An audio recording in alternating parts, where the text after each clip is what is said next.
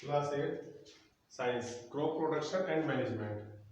हमारा methods of sowing seeds चल रहा था। तो पहले में आपने बताया था methods of seeds manual method, जिसमें क्या होता है बीज को जो है स्कैटरिंग किया जाता है बाई हैंड। ठीक है।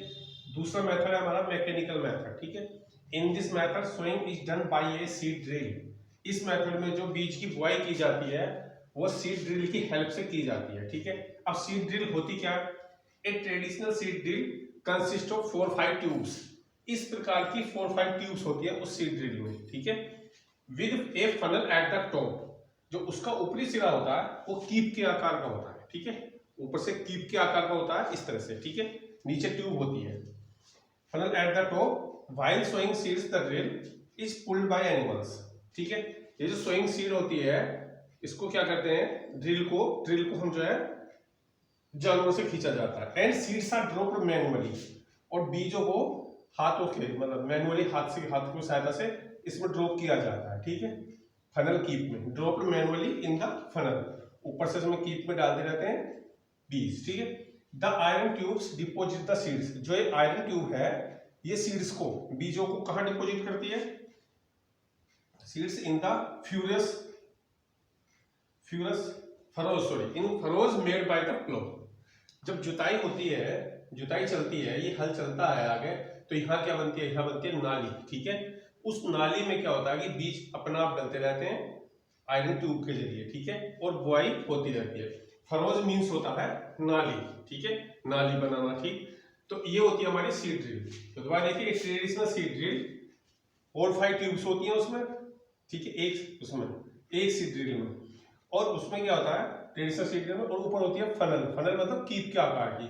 जब हम इसे जानवरों से खींचते हैं और इसमें मैनुअली बीज डालते हैं तो वो बीज क्या होते हैं?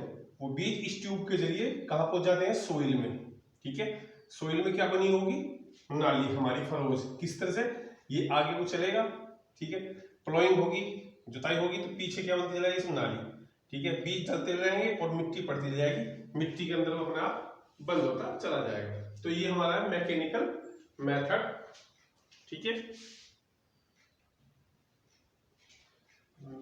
एडवांटेज क्या है of sowing seeds with seed drill? Seed drill से बीज बोने के फायदे क्या है? Seeds are sown uniformly at proper distance. एक तो बराबर दूरी पे, मतलब उचित दूरी पे बीज बोएंगे और उचित गहराई पे। ठीक है। बीज बोने की जो गहराई है और दूरी है वो उचित रहेगी। ठीक है।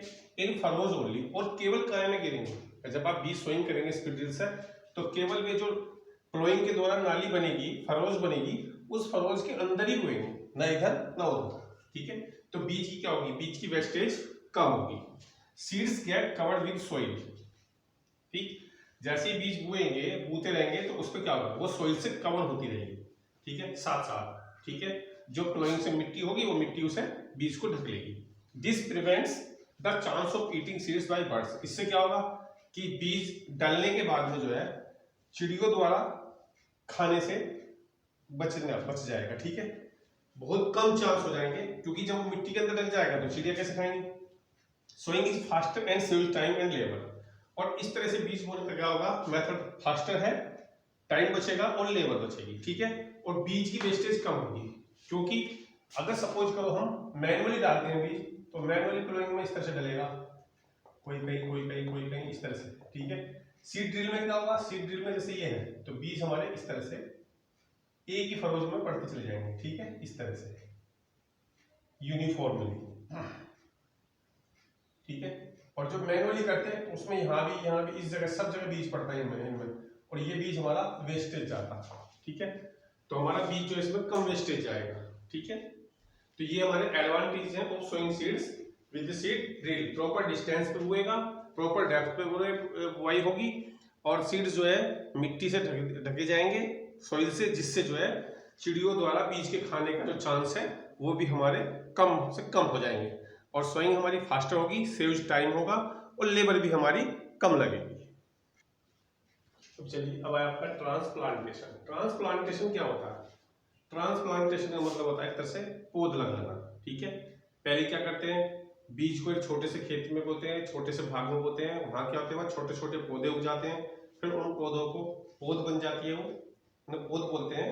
ठीक है। उस क्या करते हैं, उस पौध को वहां से निकाल करके मेन खेत में, ठीक है, लगाया जाता है और बराबर बराबर डिस्टेंस पे लगाया जाता है, जिससे उनके बीच में डिस्टेंस ठीक से ठीक रहे, प्रॉपर डिस्टेंस रहे, ठीक है, और उस हमारी जो क्रॉप पॉपुलेशन, क्रॉप जो है वो अच्छी तरह से, क्रॉप की अच्छी पैदावार हो।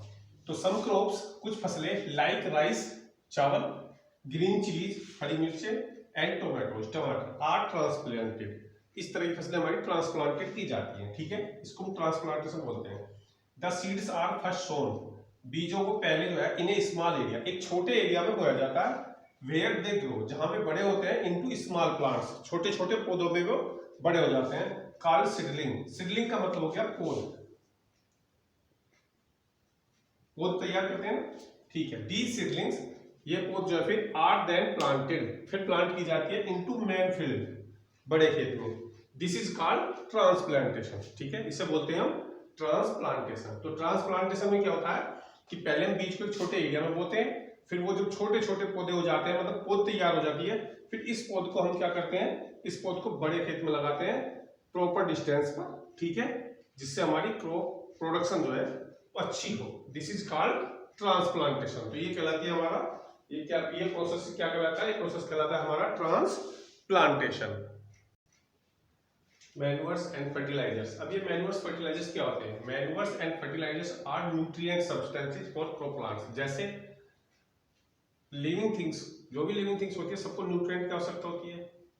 जैसे हम लोगों को कार्बोहाइड्रेट, प्रोटीन, वसा, सब चीजें हमारे न्यूट्रिएंट है, हमारे काम करने के लिए न्यूट्रिएंट्स करते हैं। ऐसी क्रॉप्स, प्लांट्स को भी किसकी जरूरत होती है? न्यूट्रिएंट्स की। तो क्रॉप प्लांट्स को जो न्यूट्रिएंट्स मिलेंगे वो कहां से मिलेंगे? मैन्युअर्स से एंड फर्टिलाइजर से। तो manures and fertilisers are nutrient substances of for crop plants के लिए। Their mixing with soil. अब मैन्युअर्स फर्टिलाइजर्स को जो हम सॉइल के साथ मिक्स करते हैं उसे बोलते हैं मैन्युअरिंग। अब मैन्युअर्स होता क्या है? These are organic fertilisers. ये हमारे ऑर्गेनिक फर्टिलाइजर्स हैं जो किससे बनाए जाते हैं? एनिमल वेस्ट, ठीक, and plant residue by the action of micro organism. Micro organism का मतलब है सूक्ष्म जीवाणु, सूक्ष्म जीवाणु। तो सूक्ष्म जीवाणु की सहायता से जो है ये बनते हैं एनिमल वेस्ट, ठीक है, जैसे काउ डंग, ठीक, प्लांट्स रेसिड्यू हो गया, गले सड़े प्लांट्स, ठीक है, या प्लांट्स को डाल देना, काट कर डाल देना इस तरह से। तो प्लांट्स रेसिड्यू, एनिमल वेस्ट, इस तरह से जो हमारा क्या बनता है? मैन्युअर बनता है with the action of micro organism, सूक्ष्म जीवाणु की सहायता से। अब आया types of manures. Types of manures. पहला है इसमें फार्म यार्ड मैन्यूर। फार्म का है, यार्ड का Y, manure. This is prepared from animal dung. ये किससे बनाया जाता है? पशुओं के गोबर से। स्ट्रा, भूसा, लीव्स, पत्तियां, एटसेट्रा आदि, ठीक है। Farmers prepare मैन्युअर्स। किसान मैन्युअर्स कैसे, ये वाला मैन्युअर्स कैसे प्रिपेयर करते हैं? By dumping plant and animal waste. Plant के और एनिमल के जो वेस्ट है उसे कहाँ? खेत के एक कोने में डालते हैं। देयर फील्ड ऑफ, इन सब कॉर्नर ऑफ देयर फील्ड। अपने खेत के एक कोने में, कुछ भाग में वो प्लांट के और एनिमल के वेस्ट को डालते हैं। दे आर डिकम्पोज, फिर वे डिकम्पोज होते हैं बाय किससे? सोइल बैक्टीरिया से एंड फंगी से। इनकी हेल्प से वो डिकम्पोज होते हैं और हमारा फार्म यार्ड मैन्यूर बन जाता है, ठीक है, जिसे बोलते हैं वैसे गोबर खाद, ठीक है, इसको गोबर खाद ही बोलते हैं। तो ये हमारा हो गया फार्म यार्ड मैन्यूर, ठीक है। फिर बाद में क्रॉप प्रोडक्शन करने से, बुआई से पहले इसे जो खेत में डाल दिया जाता है, ठीक है, और ये उसमें सोइल में अच्छी तरह से मिक्स कर दिया जाता है। तो ये है हमारा फार्म यार्ड मैन्यूर। दूसरा देखिए सेकंड टाइप होगी मैन्यूर्स की, ग्रीन मैन्यूर। ग्रीन मैन्यूर्स का मतलब होता है it is formed by ploughing green plants. क्या होता है कि जैसे खेत फ्लो, हमारा जो खेत है खाली पड़ा होता है, उसमें घास हो जाती है, अनवांटेड प्लांट्स ऊपर हो जाते हैं, ग्रीन प्लांट्स। तो क्या करते हैं? उसकी प्लोइंग करते हैं, ऐसे ही प्लोइंग करते हैं। प्लोइंग करने से क्या होता है कि वो जो ग्रीन प्लांट्स है वो कटने के बाद, ठीक है, क्या होते हैं? जमीन के अंदर दब जाते हैं, ठीक है, जमीन के अंदर दब जाते हैं और फिर वो वहीं उसमें जमीन के अंदर ही जो है गल जाते हैं, ठीक है, वाटरिंग दे देते हैं, गल जाते हैं। गलने के बाद वो किसका काम करते हैं? वो ग्रीन मैन्योर का काम करते हैं। वो भी एक तरह से हमारा खाद का काम करते हैं, ठीक है। तो ये हमारा जो ग्रीन मैन्योर्स, उसको ग्रीन प्लांट्स को जोत कर खेत की मिट्टी के अंदर ही दबा देना, ठीक है, होता है ग्रीन मैन्योर में। कंपोस्ट मैन्योर पहले जैसा ही है, it is prepared by decomposition, या किस तैयार किया जाता है, डिकम्पोजिशन किसके, वेजिटेबल रिफ्यूज। वेजिटेबल रिफ्यूज का मतलब है जैसे सब्जी के छिलके, ठीक है, जो सब्जी हमने बनाई उसके बाद जो वेस्ट है, ठीक है, सब्जी बनाते छीलते टाइम बनाते टाइम कुछ वेस्ट होता है ना, होता है vegetable refuse. Kitchen waste, kitchen में जो भी वेस्ट होता है, ठीक है, किचन का वेस्ट हो गया। वीड्स, वीड्स मतलब अनवांटेड प्लांट, ठीक है, घास फूस जो भी है। एनिमल वेस्ट, एनिमल वेस्ट गाय का गोबर हो गया, ठीक है, मतलब सॉरी पशुओं का जो है गोबर हो गया, इस तरह से etcetera. By the action of soil bacteria, किसके एक्शन से, सोइल बैक्टीरिया से वो क्या बनता है, कंपोस्ट मैन्योर, ठीक है। तो ये तो ग्रीन प्लांट्स को प्लोइंग करके और जमीन के अंदर दबाकर, मिट्टी के अंदर दबाकर ग्रीन मैन्योर्स बनता है। कंपोस्ट मैन्योर जो बनता है डीकंपोजिशन से, किसके, vegetable refuse.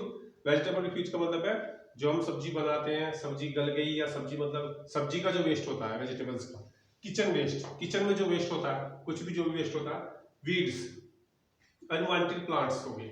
Animal waste, animal waste में क्या आएगा, एनिमल का डंग आएगा, etcetera. By the action of soil bacteria, किसकी, सोइल बैक्टीरिया के एक्शन से जो है हमारा कंपोस्ट मैन्योर बनता है, ठीक है। अब कल हम आपको पढ़ाएंगे फर्टिलाइजर्स, व्हाट इज फर्टिलाइजर्स, ठीक है। चलिए